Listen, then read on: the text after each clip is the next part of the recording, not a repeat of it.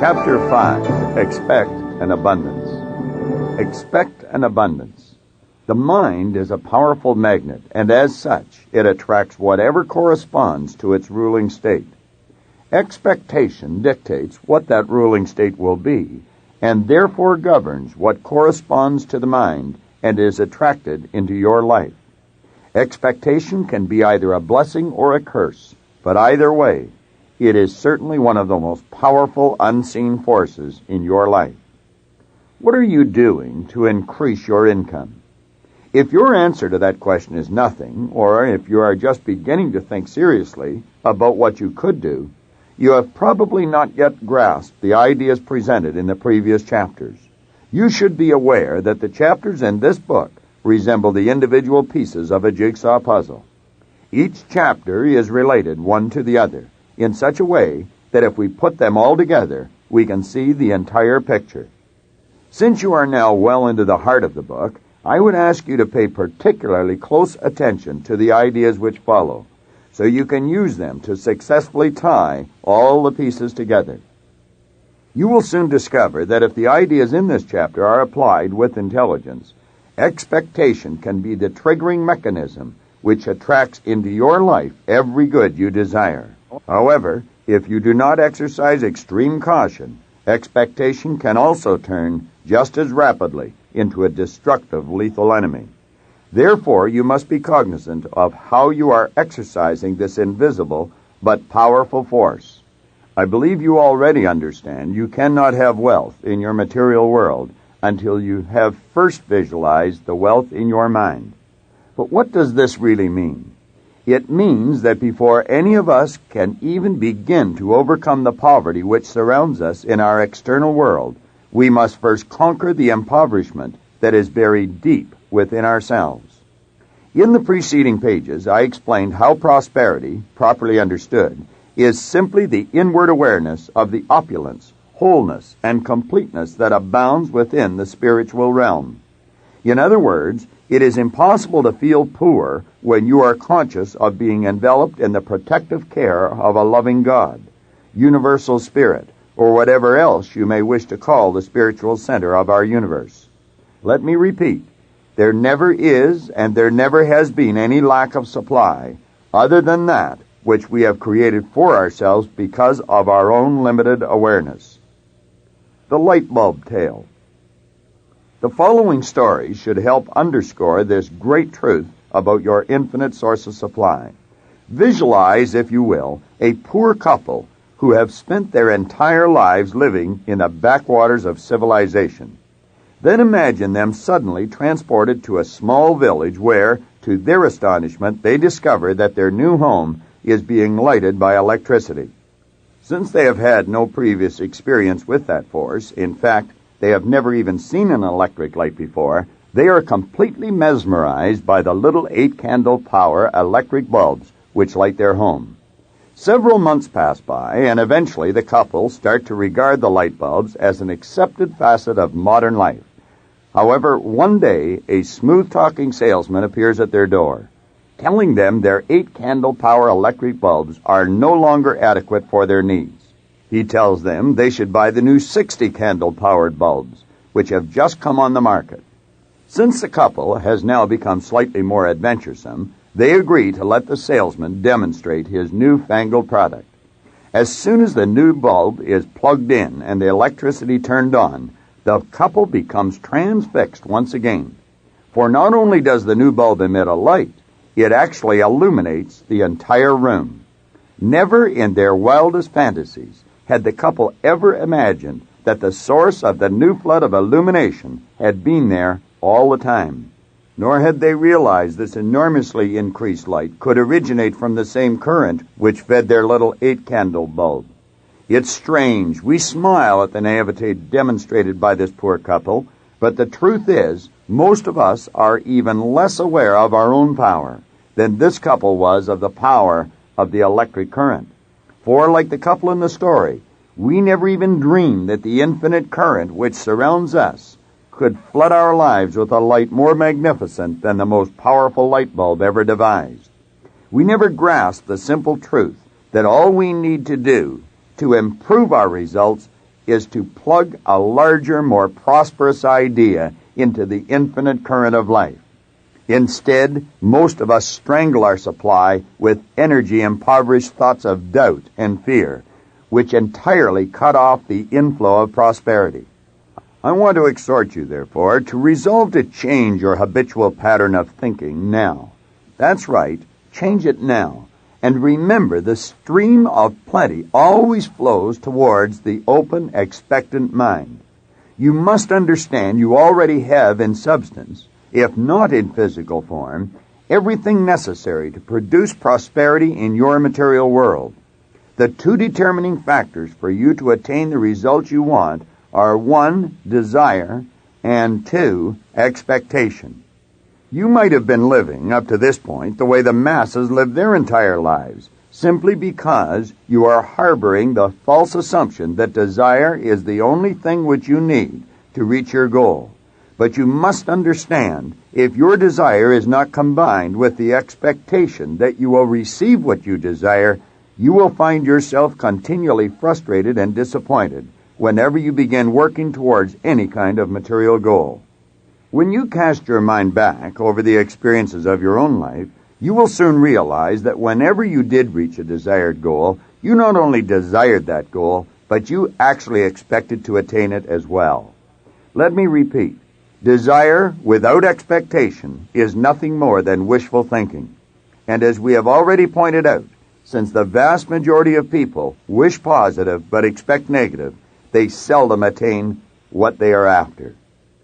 In his magnificent book, The Science of Getting Rich, the author, Wallace D. Wattles, gave us an excellent definition of desire. He said, desire is the effort of the unexpressed possibility within, seeking expression without, through your action. In other words, your ideal, dream, or goal, this wealth you wish to see materialize, can only become a desire once it has been properly planted in universal creative intelligence, more commonly referred to as the subconscious mind. However, once your desire has been firmly established, it is the expectant attitude which ensures that your goal or dream is not uprooted or replaced by any opposing or competing ideas. In an effort to help you kindle this expectant attitude towards real wealth, let us journey together through some of the preceding chapters in this book. As you will remember, we began by discussing money. We attempted to understand the true nature of money, and we arrived at the conclusion it is a useful, obedient servant. However, like all servants, we learned it is useful to us only when it is being employed. Therefore, we concluded money must always be kept working or otherwise circulating. For if it is not, as we have already mentioned, it will become as useless as old newspapers stashed away in an attic. Next, we explored the idea relating to exactly how much money you want. You became aware of the fact it is necessary to be very specific about how much money you need to provide the things you want to live in the style you choose. Once this figure had been decided upon, we then examined the importance of building the image of ourselves already in possession of this wealth on the screen of our conscious mind. We also talked briefly about the manner in which images are formed and the role they play in our lives. Then we examined the idea of consciousness and how it was imperative to develop the prosperity which we seek in our mind first before we can ever attain it in our bank books. We learned how we had to bathe our subconscious minds in a concept of prosperity, and how we had to see wealth as being already in our possession. In the chapter Let Go and Let God, we became aware we were co-creators. We became aware of how we had the ability, in our conscious mind, to choose any thoughts we wanted, to build any images which we chose to build. We then learned how we could turn that image over to our subconscious mind, the spiritual center of our being, and that part of us which takes any idea or image we give to it, then willingly accepts it and instantly begins to move it into physical form in our world. We discovered that when we truly understand this creative process of life and our role in it, expectation becomes a natural mindset, regardless of how things might appear in our outside world or what others might be saying to us. We were told this absolute and unshakable faith or belief in the fact that our images are moved into form is essential if we are to become successful in our lives. We also gained an awareness that all of this will happen once we begin to see ourselves as non-physical entities encased in physical bodies. Once we realize our bodies are nothing other than the physical manifestation of our non-physical selves, we will understand they are obedient servants of our minds, and they move and have their being according to the vibratory rate of our minds. Only then will we be consciously aware that everything which now exists in our physical world was first preceded by the images we chose to plant in our marvelous minds. And everything which is going to appear in the future in our physical world will be nothing other than a carbon copy of the picture we are now in the process of developing. You must reach the stage in your mental development where you don't just believe that your image of material wealth will manifest in form, but you actually know it will. It is at that point you will begin to expect to receive the physical expression of your image of wealth. No one and no thing will be able to cause you to see in your mind anything but that. Always remember, the truth is not always in the appearance of things. An elderly wealthy gentleman being interviewed by a newspaper reporter was asked at what point he became successful. His answer was, "I was successful when I was sleeping on a park bench because I knew where I was and I knew where I was going." At this juncture in the book, you know where you are and you know where you are going, so expect to get there. Your desire is the motor power which will move you in the direction of your dream, and expectation is the attractive force that will move your dream in your direction. So see yourself moving towards the wealth you visualize, and see the wealth you visualize being attracted to you. Know that you will come in contact with the wealth that is moving to you and at the right time. No one knows what period of time must elapse, so don't become impatient if it doesn't materialize overnight. All we know for sure is a certain period of time must elapse, and the period of time which your image must take to materialize is governed by the law of gender. The law of gender decrees there is a gestation or incubation period for the manifestation of all seeds, and make no mistake about it, the image of wealth you chose to build on the screen of your conscious mind and then turned over to your universal mind is a seed, and it is growing into physical form in the most fertile field that you could ever conceive of. It is not necessary at this point for anyone else to see this new wealth. It is not even necessary for anyone else to believe you will receive it. The only thing necessary is that you see it and you believe it. You see, the premise that Napoleon Hill built his life's work on is absolutely true. Anything the mind can conceive and believe, it will achieve. Expressed another way, as a person thinketh in their heart, so are they. The early Greeks referred to the subconscious mind as the heart. Note that your subconscious mind can no more change or alter your image than an ordinary mirror can reflect back to you an image different than the objects you are holding in front of it.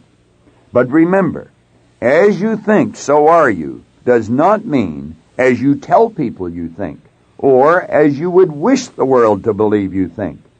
It means your innermost thoughts, which only you control, know the truth.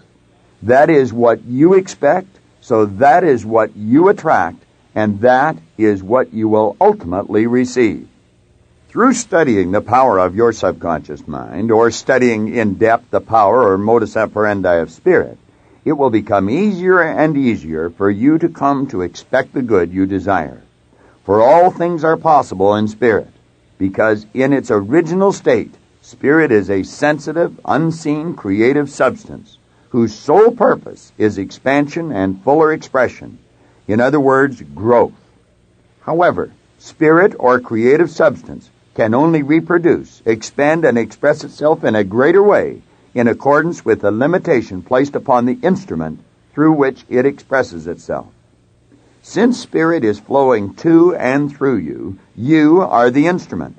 Therefore, The image or the ideas you hold in your mind dictate the limits which are placed on the spiritual power flowing to and through you.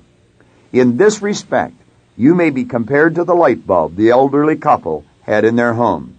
You are an instrument through which spirit flows, just as a light bulb is an instrument through which electricity flows. When the old couple plugged in the 8-candle-powered bulbs, the electricity was limited in its expression by the power of the bulb.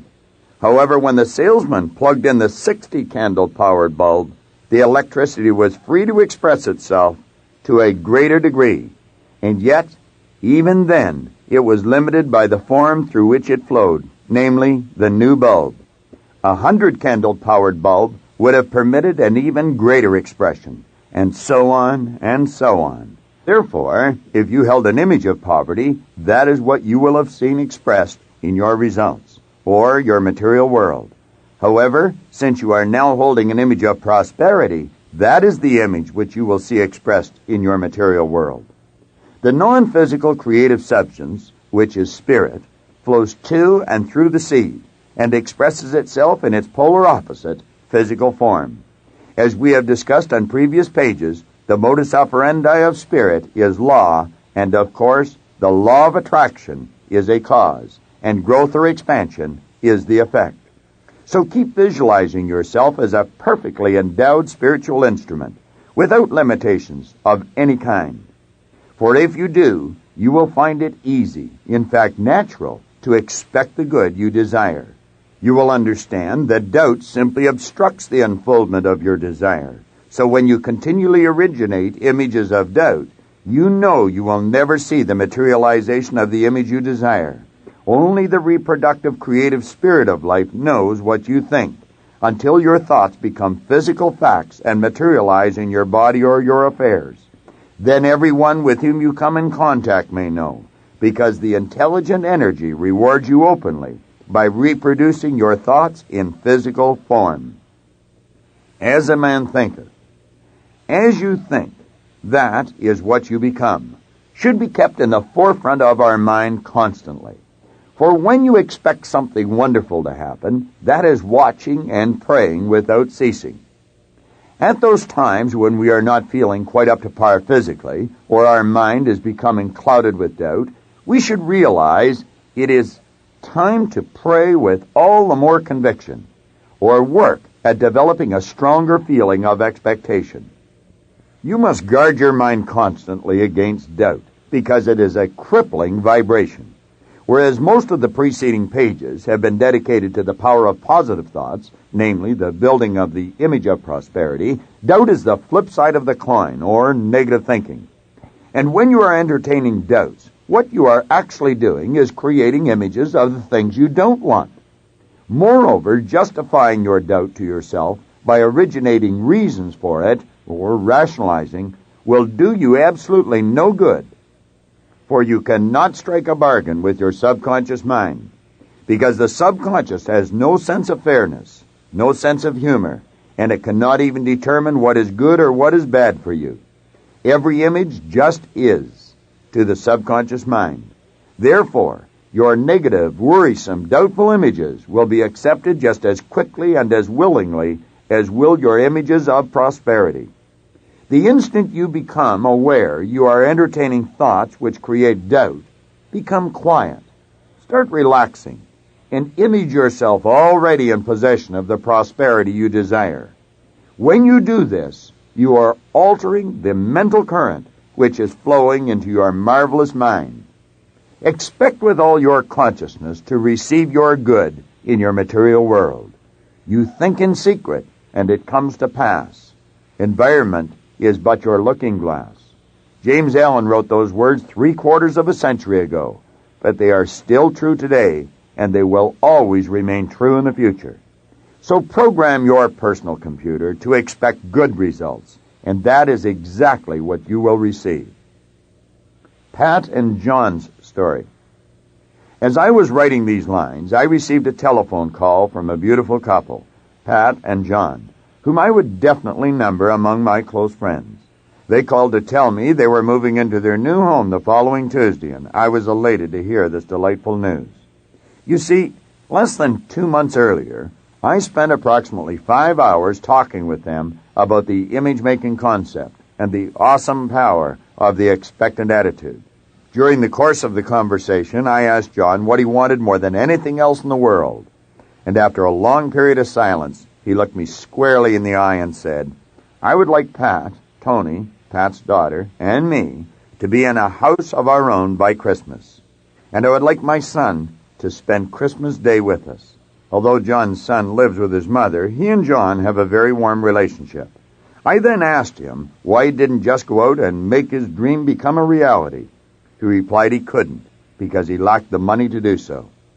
I then had the audacity to remind John that all things are possible for those who believe, and therefore he definitely could make his dream come true. Perhaps he just didn't know how to go about doing it.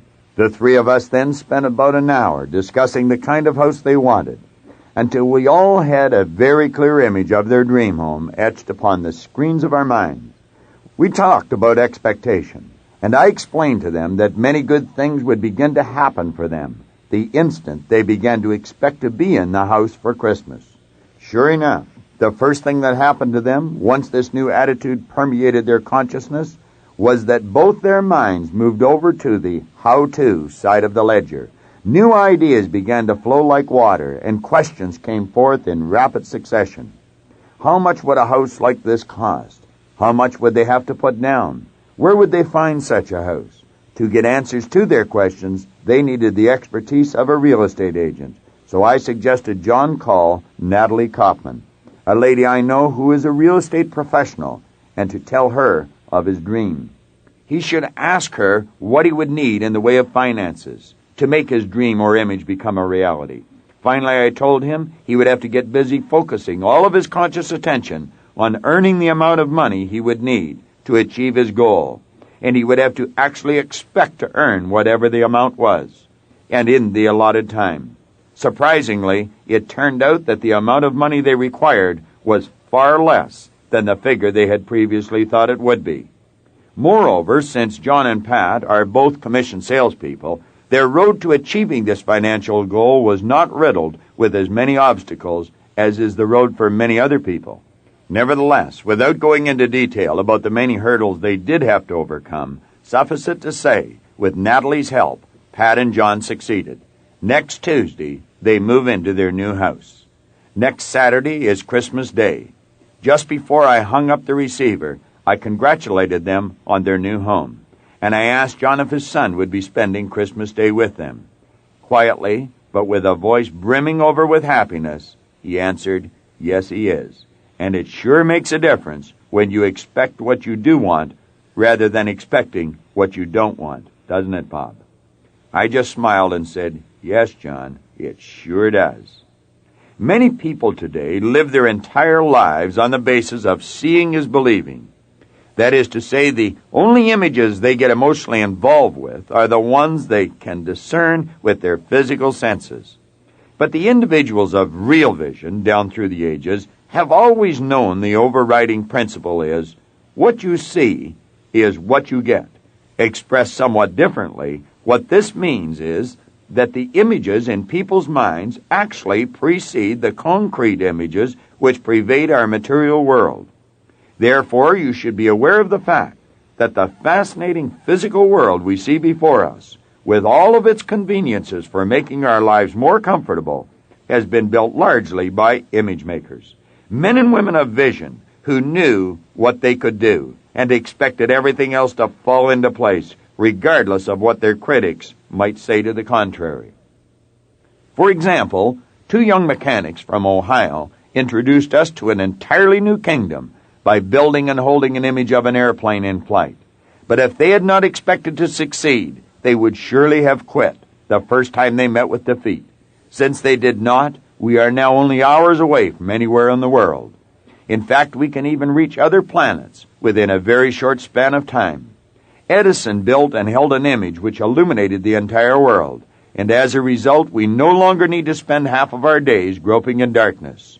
You should realize that you too can change your world, just as John and Pat did, by building an image in your mind of exactly the way you would like to live. But always remember, You will only receive what you truly expect, not what you only wish for. There are 3 certain steps for achieving prosperity in all areas of your life. Number 1, build the image in your mind. Number 2, turn it over to Spirit. Let go and let God. Number 3, expect with your heart and soul that Spirit will reward you openly for your faith. Expect an abundance.